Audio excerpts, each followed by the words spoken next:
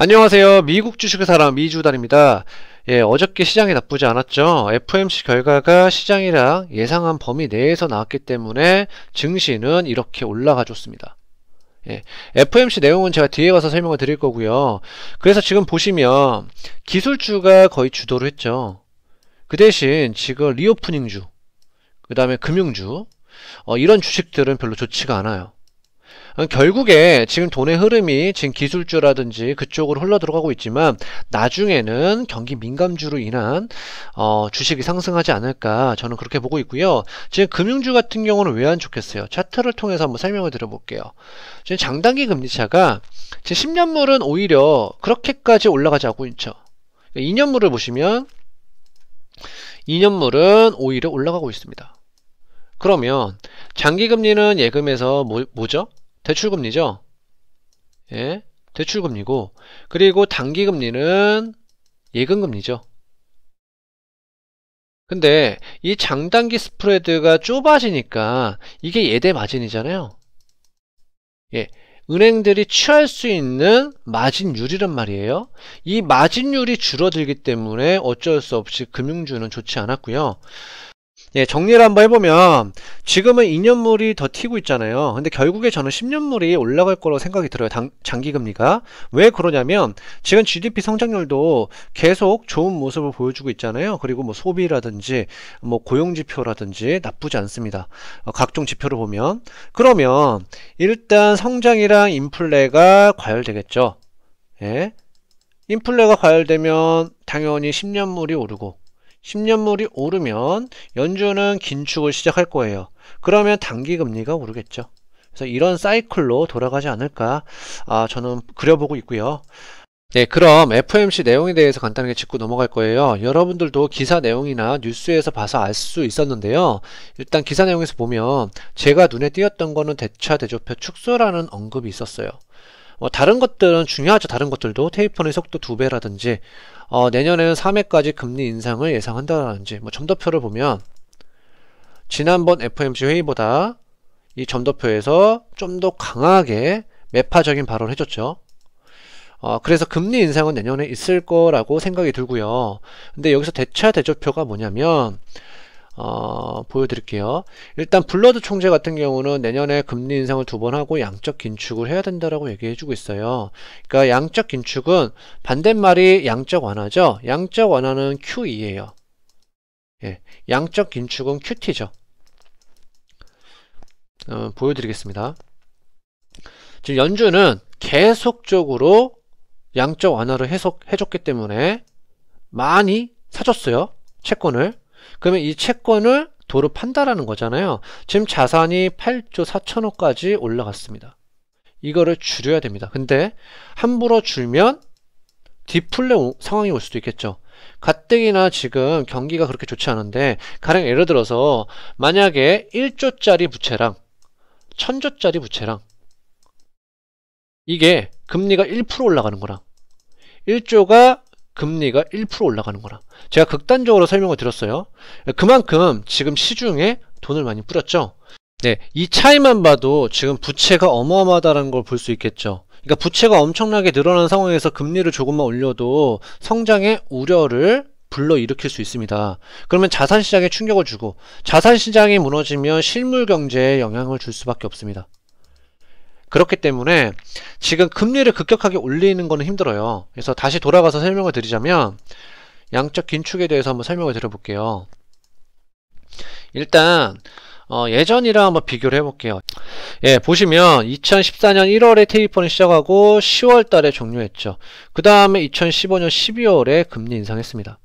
양적 긴축 언제냐? 2017년 9월에 했겠죠. 금리 인상하면서. 그러면 양적 긴축은 줄이는 거죠. 근데 또 다른 표현으로는 재투자도 있습니다. 이게 무슨 말이냐면 단기 금리 있잖아요. 만기가 돌아오는 채권에 대해서만 다시 사주는 거예요. 그러니까 한번 설명을 드려볼게요.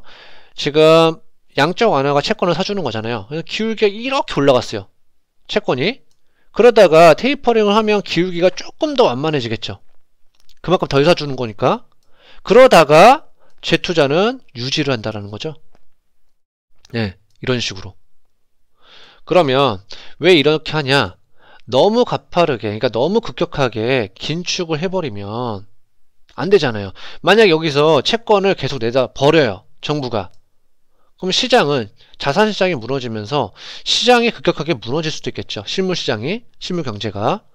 그렇기 때문에 이 재투자가 단기물에 한해서만 하겠죠. 단기채권. 그러니까 만기가 빨리 돌아오는 채권에 대해서만 시작을 할 수밖에 없겠죠. 왜냐하면 어쨌든 양적 긴축이기 때문에 단기 채권에만 재투자를 할 수밖에 없습니다. 그래서 그 점에 대해서 알고 계시면 좋을 것 같고요. 그래서 2019년도도 보시면 이때 1월 달에 미중 무역 갈등이 있으면서 시장이 많이 무너졌잖아요. 그러면서 금리를 인하했어요. 그래서 이때도 양적 긴축을 제가 기사 내용을 보여드릴게요. 예, 기사 내용에서 보면 지금 대차 대조표를 축소를 중단한다라는 의미죠. 2019년 3월 기사예요. 왜 축소를 중단하겠어요?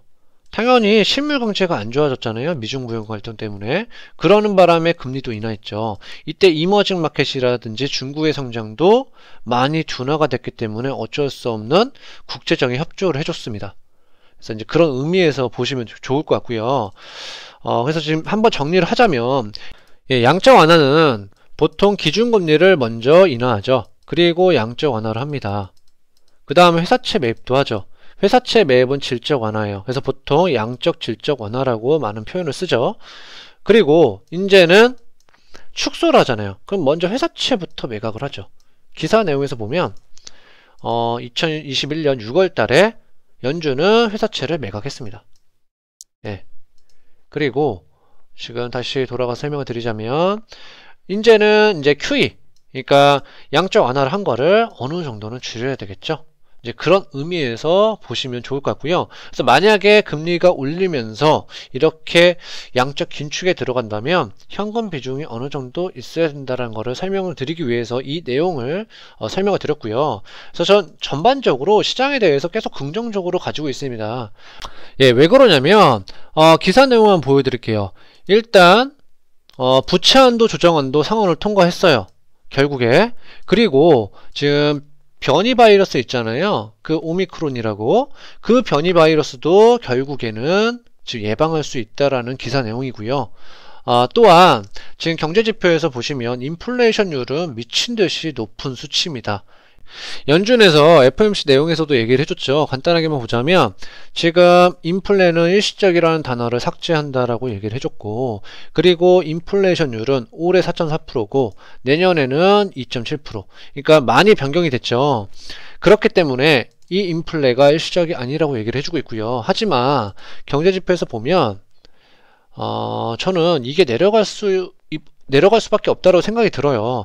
일단 평균 시급도 지금 컨센서스보다, 예측치보다 줄어들었고, 예, 증가율도 줄어들었습니다. 그 다음에 예전에도 설명드렸지만 케이스 실러 주택가격 지수도 둔화가 됐죠. 조금. 그래도 아직도 높은 수치예요. 또한 목재를 보면, 차트를 볼게요. 지금 목재를 보면 예전에는 엄청나게 올라갔었죠. 이 럼버 가격이. 근데 지금은 어떠냐? 예, 고점 대비 거의 한 30% 가까이 내려왔죠. 그리고 원유도 보면 원유도 지금 증산을 한다고 했기 때문에 지금 많이 내려온 상태입니다. 예, 이런 원재재만 봐도 물가는 일시적이지 않을까 저는 그렇게 보고 있고요. 예, 그래서 저 같은 경우는 지금 미국 주식시장에 대해서 긍정적으로 바라보고 있고요. 산타랠리까지는 가지 않을까 보고 있습니다. 당연히 내년에는 매파적인 발언을 많이 해줬기 때문에 수익률이 별로 안 좋을 거예요. 예, 그렇기 때문에 여러분들이 현금 비중을 어느 정도 늘려야 되지 않을까 그렇게 생각을 하고 있습니다. 그래서 오늘 제가 준비한 영상은 여기까지고요. 오늘 제 영상이 좋았다면 구독과 좋아요 꼭 부탁드리겠습니다. 그럼 다음에 만나요. 안녕.